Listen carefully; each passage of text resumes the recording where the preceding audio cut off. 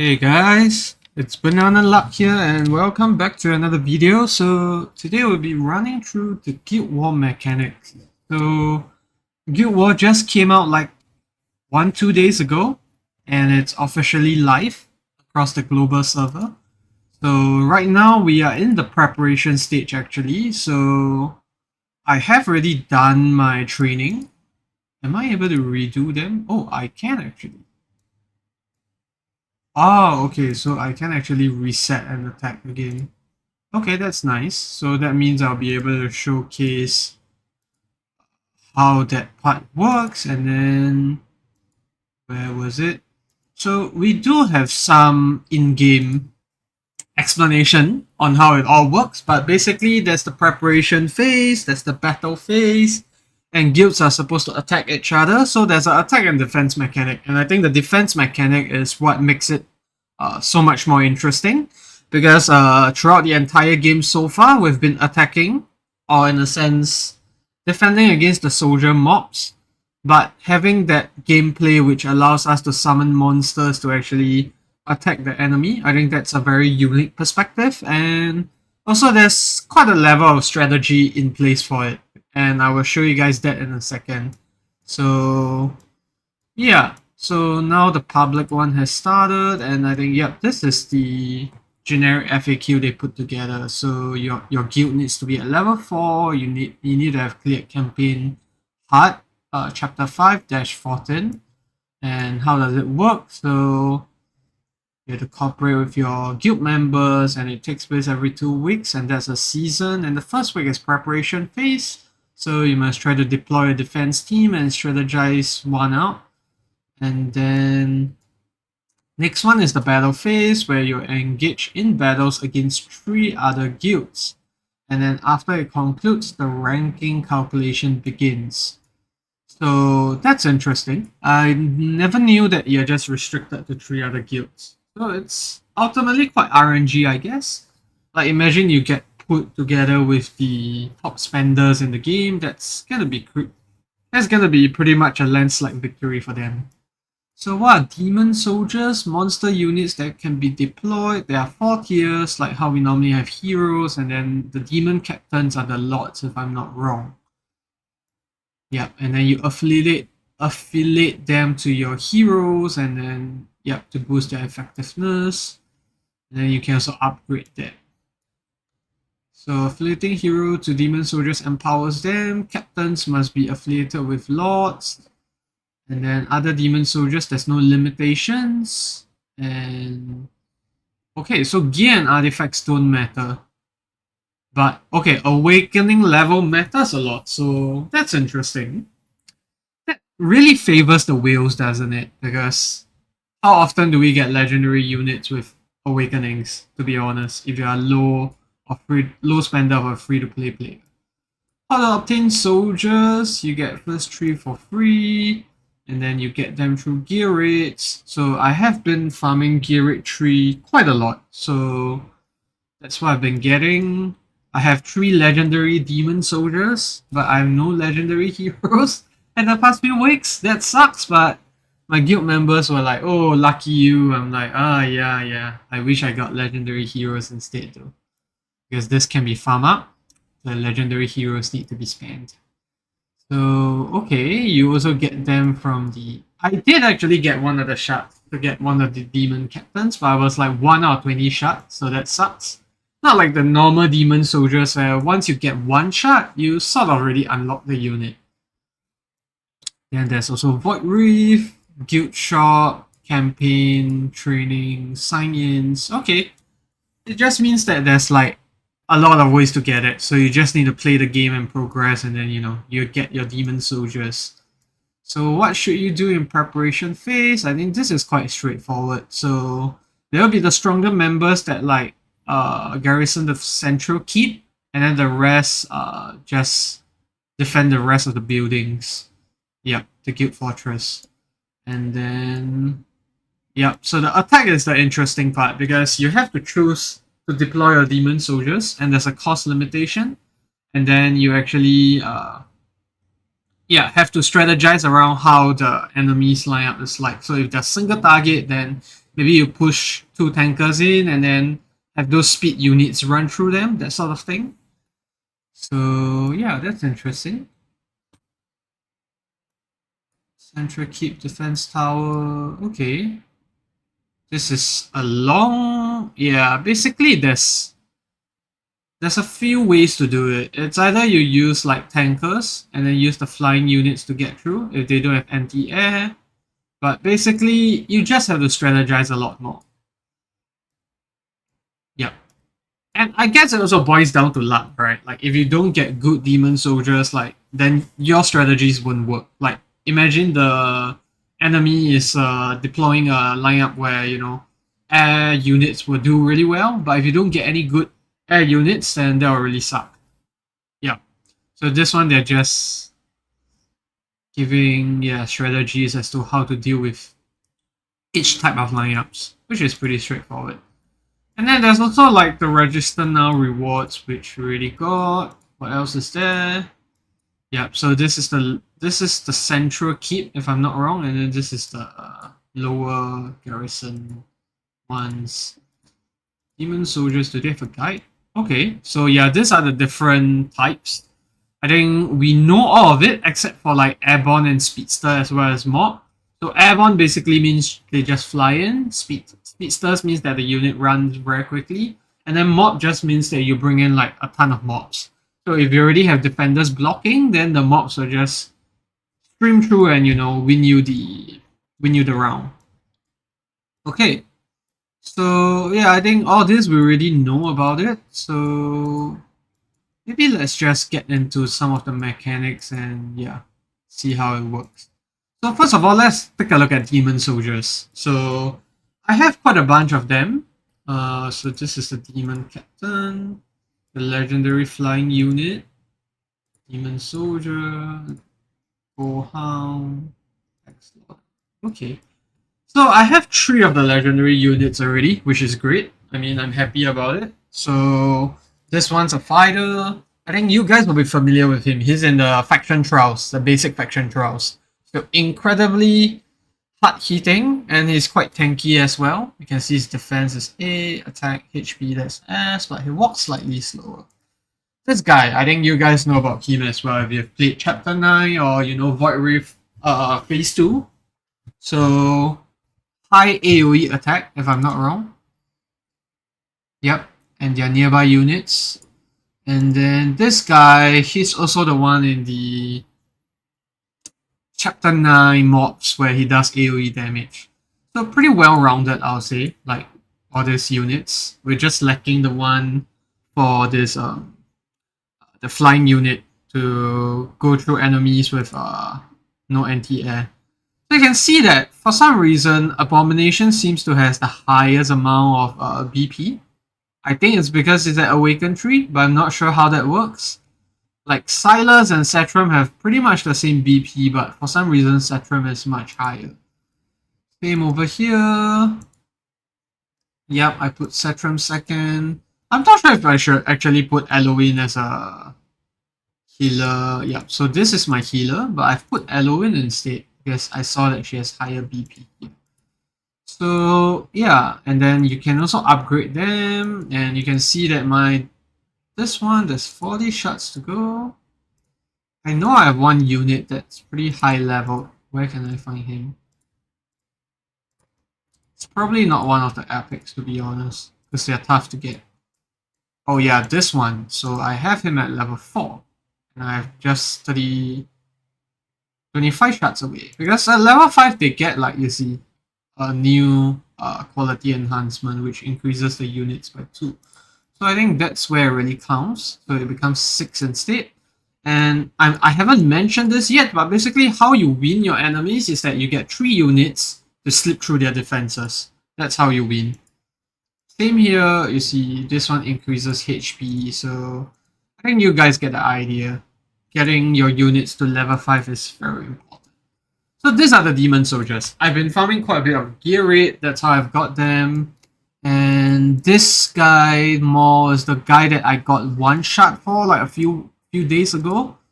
But yeah, I only have 1 of him, so it's gonna take a while to get that. So yeah, that's for the affiliation and the type of soldiers that we have. Onto the guild war itself. So let's just march to battle. So I find this quite interesting. So this is the guy with the highest BP, and then the rest of us are just below defending the towers instead.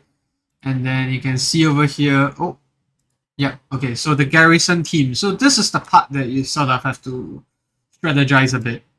So let me just redo mine. Oh, okay. It's already done. So you can see that like basically the enemy is going to deploy units in and you're going to try to defend. So I have Torador and Ruff. You can see that this lineup doesn't have any healers because I'm just depending on Ruff to actually tank through it and self-sustain the entire bit of it. Then I have Hatsut in case the enemy deploys any air attack units. A Bomb and Valeria to help Ruff to attack in the middle. And then Torador has quite a bit of range, so this is fine. So this is my Nightmare team lineup. And then there is also the other lineup with which I have.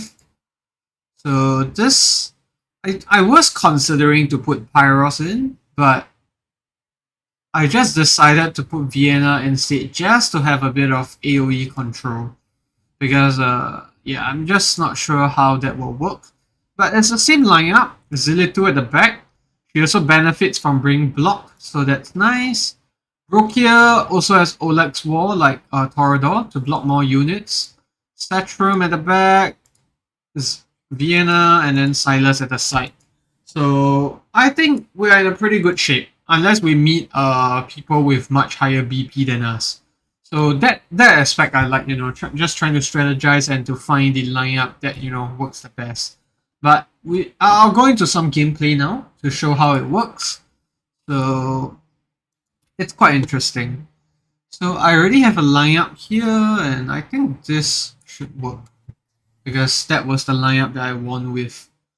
But basically in this training, you can't really control like your unit's BP, so strategy becomes quite important because you can't just overwhelm the enemy. That's the thing. So the first set of people, they are like defenders-ish. So Morin is down, Voltus, Brian just popped her out. Okay, yeah. And then the 3 units are just gonna run in, and there we go, we win. So you can see that's the round that we won, right? But there's like actually quite a bit of strategy that goes behind it. Because if I just switch them around, you can see that the run goes very differently. So let me just reset and let's swap this around and you can see how this just doesn't work out at all.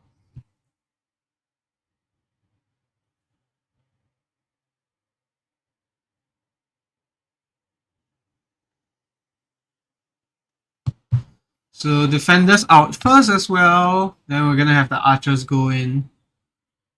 But I think the problem is the archers don't actually take down Maureen in the first run. Yeah. So without taking out the DPS, we then really struggle because these mages are just gonna get wiped out. Yep. So Voltus is still alive and then we lose because we don't manage to get 3 mobs to go in.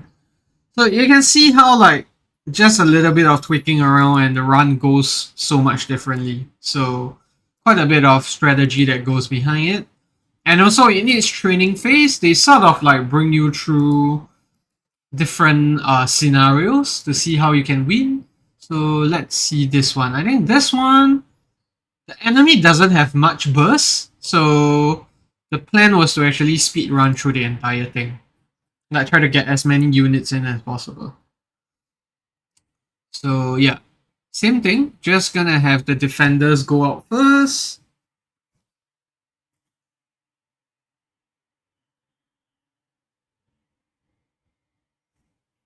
And then yep, just 5 mobs are just gonna stream in. I think a few of them is gonna get through. Maybe 1. Okay, yeah, then the other units are gonna go in and then we win. So we don't even have to wait for the last units to come out. So you get the point. Depending on their lineup, if it's more sustained, like DPS, then you sort of have to speed run through them. And then let's see. This one has some AoE. I forgot the strategy, but... Oh, okay. So they have a lot of physical damage. Yeah. I think this is the one with physical damage. So we have this super strong defender to head in. And then I think the fighters are just going to kill Baron and walk right through. Let's just see how this run goes.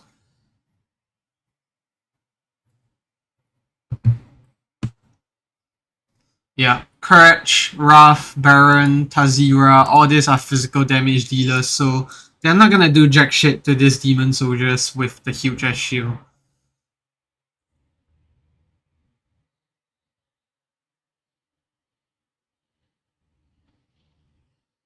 Yep. And then we just run through them. We don't even kill Baron actually, but that's good enough. So basically this run you can see that physical damage is their forte. So you use demon soldiers with very good physical defense instead. So yeah, I think this one is the one with just Wrath and Scotch. So we overwhelm them by clearing through their. Yep, I think the legendary soldiers just wipe them out. Because the Scotch just doesn't have enough damage, or rather, they don't have enough heal because Vortex is a single target healer. And then we also deploy healers to keep this to sustain the demon soldiers.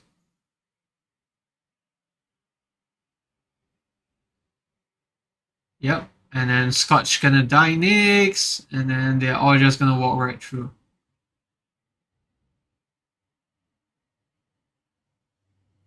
This run is looking a lot different for some reason. Am I just not gonna win? I might not actually win for some reason. Yeah, I don't think I win. But this is so odd because I won with this exact same lineup, but for some reason it doesn't work anymore. Like, you guys saw that I didn't reset anything.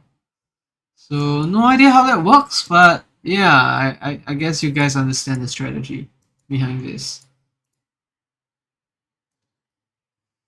And then the last one, I think it's... What was this? Let's see. I think this was the aggressive lineup. So what we did was to use air units to pop right through. Like before they can even like burst us down. Because the air units go very quickly and there's no way to actually physically block them, you see.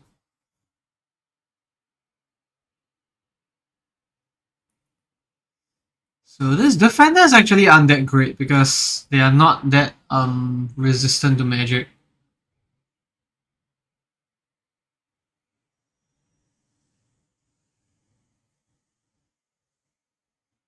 One of them pops right through. I think yeah, two of them pop right through. So yeah, you can see that because of the fact that they only have a melee unit to like block. It's like, sorry, what am I talking about? You can't block units that are air attack, but basically they don't have any marksmen to actually deal with us, so that's why they lost. So I think this training sort of like just gives you an overview of how to like win every single like type of lineup. And this one is gonna be a landslide victory because I am actually allowed to use my own soldiers now. So the BP is just gonna be overwhelming. I think the first set of units are just gonna wipe out Araka and Levian as well entirely. Yep. You can see they are not doing jack shit to me. Not enough damage. Yep. So that's what I'm talking about. Like, if you actually meet like high BP enemies, like guilds, how are you gonna even deal with them? Because you can see that the BP difference really starts to show here. Yep. So that's for the run. I think you get about 30 rubies each time you win one. So it's like 183 rubies, which is nice.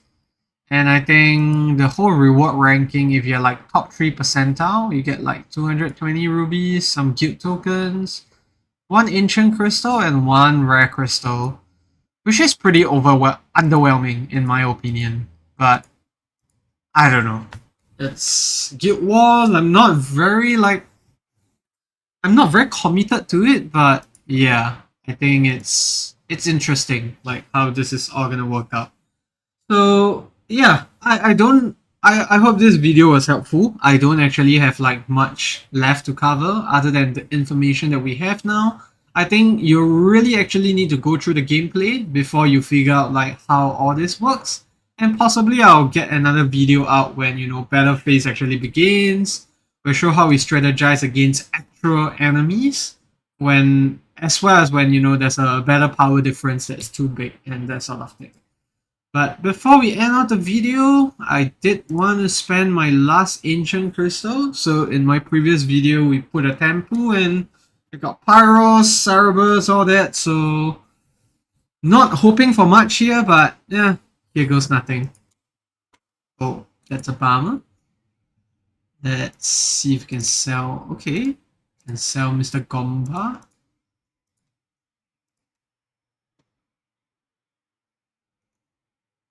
Okay, so pretty much what we could expect. So yeah, that's it for the video, guys. Thanks for tuning in, and I hope this walkthrough was helpful in terms of what you actually need to do. And if you guys have any questions about Guild Wars, feel free to leave in the comments below. Maybe I'll try to address it if I can. But thanks for tuning in, and if you found this helpful, just feel free to leave a like, a comment, or even subscribe to the channel. See you in the next video. Goodbye.